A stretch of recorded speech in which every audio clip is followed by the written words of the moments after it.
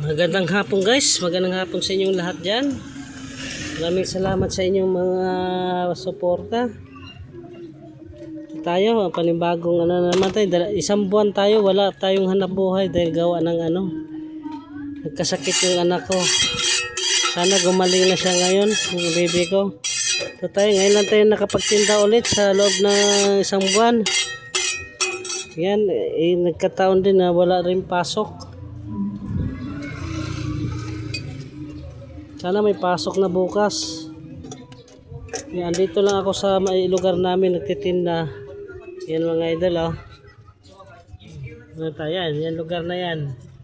Yan, relocation yung mga bahay dito. Pare-parehas ang bahay. Yung iba, mga nakapagpagawa na sila ng bahay nila. Yan, mukhang squatter pa rin to, oh. Kapag pagawa na sila ng bahay ng iba, ang gaganda ng mga bahay. Yan, oh. Yan. Tayo.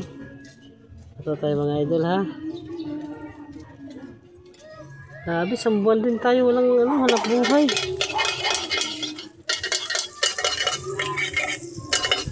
Sumabay pa yung bagyo. Hindi kasi kami nakauwi dahil doon kami nag-isi sa aking biyanan.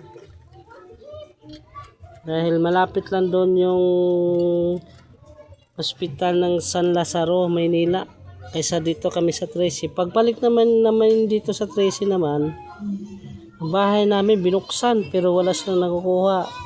Ngayon umuwi kami umuwi kami saglit tapos balik. Pagbalik namin ngayon din, ninakaw naman yung laman ng piso wifi. Kala namin marami ng laman, pagtingin namin walang laman ang piso wifi, ninakaw. Walang hiya tong magnanakaw na to, eh. Gipit na kami, nanakawan pa kami ng business namin. Pagtingin ko, wala nang laman. Ni-expect pa naman namin, pag uwi namin, may pera kami. Yun pala, pagdating namin, wala nang ninakaw yung laman ng piso wifi. Talagang pinasok talaga, tapos inano nila yung lock. Nasira tuloy yung ko. Nanon lang yung lock ng piso wifi namin. Wala na naman tuloy. Sayang. Tiningnan namin doon sa kung magkano lahat. 4,000. Saan pa kayo guys, ha? Umabot ng 4,000 yung laman ng piso wifi. Kasi meron kaming nakikita yan sa Google namin, eh, na nakakita namin sa Google sa laptop kung magkano kinikita yung piso wifi namin. Pagtingin namin 4,000. Pag uwi namin kanina wala nang kalaman-laman. Ha? 5? Dalawa nga po. Dalawa? Wala talagang awang magnanakaw mga idol. Sabi, may matindi nga kami pinagdadaanan, nanakawan pa kami. Walang hiya mga tao rito sa amin lugar. Daming mga adik, sana nga mabalik na yung mga tukhang. Pero umuuna, sinina yung padlock sa bahay namin. Pero hindi sila nakapasok.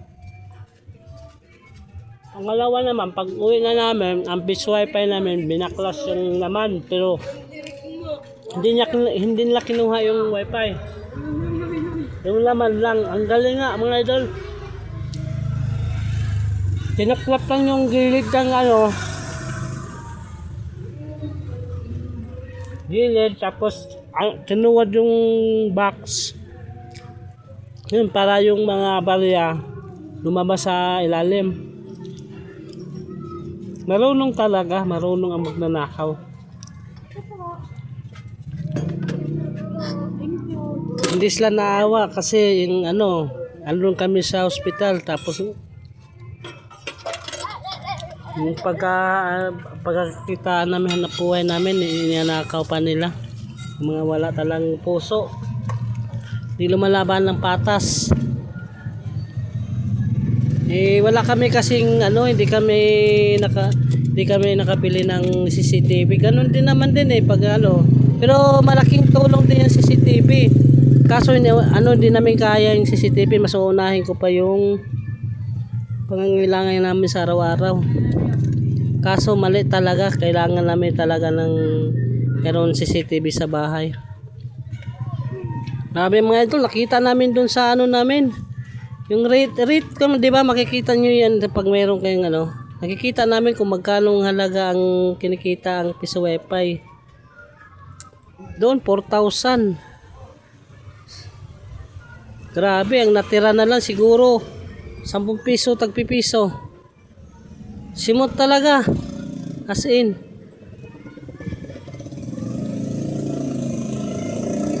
Ay hindi ko na videohan mga idol dahil parang naano ako, parang nawala ko sa ano isip kanina.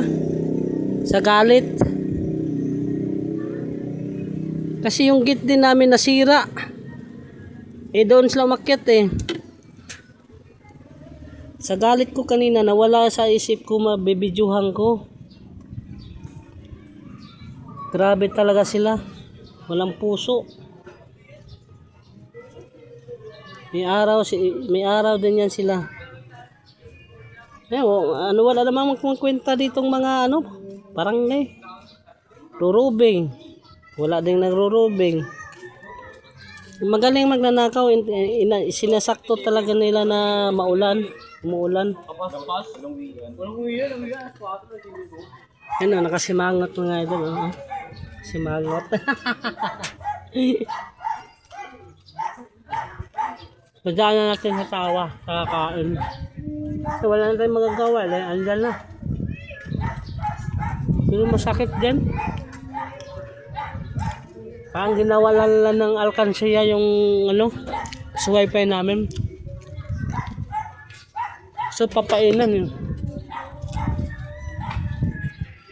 Ngayon nga lang, ganito na ako mga kaya magdala ko ako mga alala. Thank you so much. Ang God bless sa inyo lahat. Ingat po kayo sa bagyo. Parang wala na yata bagyo mga idol.